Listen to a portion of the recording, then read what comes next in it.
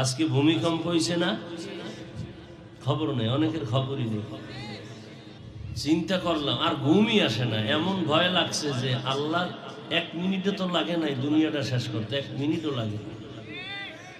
খাট কাঁপতেছে, শোকেস কাঁপতেছে, ফ্লোর কাঁপতেছে, পুরো বিল্ডিং কাঁপতেছে। নেপালে কি পরিমাণ ভূমিকম্পে মানুষ মারা গেল। আল্লাহর ভয়, এইগুলি কি আমাদের নেয়ামত না গজব? গজবগুলো আসবে কেন? বারবার আসবে। জমিনের মধ্যে যদি জালেম বেড়ে যায়, জমিনের মধ্যে যদি অত্যাচারী বেড়ে যায়, জমিনের মধ্যে যদি আল্লাহর বিরুদ্ধে শক্তি বেড়ে যায়, মানুষ যদি আল্লাহর গোলামি বাদ দিয়া মানুষের গোলাম হয়, তসবিহ ছিঁড়ে গেলে, হাদিস, তসবিহ ছিঁড়ে গেলে একটার পরে একটা দানা যেমন পড়ে, আল্লাহর গজব এরকম একের পর এক আসতেই থাকবে।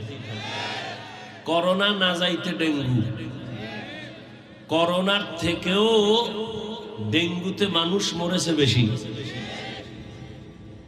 এরকম 1 মিনিটের, তো কয়েক সেকেন্ডের ভূমিকম্প।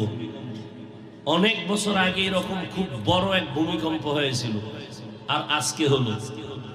ভূমিকম্প বেশি বেশি হবে, কিয়ামতের আলামত। মানুষ ঘরের নিচে পড়ে মরে যাবে। আগুনের গজব বাড়ছে না? ওই শুনি অমুক মার্কেটে লাগছে আগুন, অমুক বিল্ডিং এ আগুন, খালি আগুনের গজব। কেন?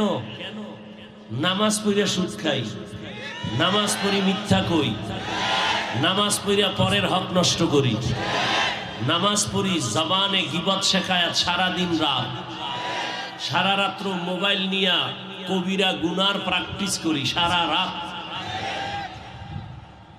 কি যুবকেরা অস্বীকার করতে পারবা? আমরা মোনাজাত ধরি বইয়া, তোমরা মোনাজাত ধরো হইয়া, বিছনায় মাথা ঠেকাইয়া, এরপরে মাঝখানে মোবাইল নিয়া কি করো? যদি মোবাইলে তুমি সৌরজগৎ আল্লাহ কেমনে বানাইছে এটা যদি দেখতা, ইউটিউবে সার্চ দিয়া চাঁদ কেমনে বানাইছে এটা যদি বৈজ্ঞানিকরা গবেষণা করছে, চাঁদের দেশে কেমনে গেছে এগুলো দেখতা, জমিন কেমনে বানাইছে এগুলো দেখতা, তাহলে তোমার কোনো গুনাহ হতো না, জ্ঞান বাড়তো।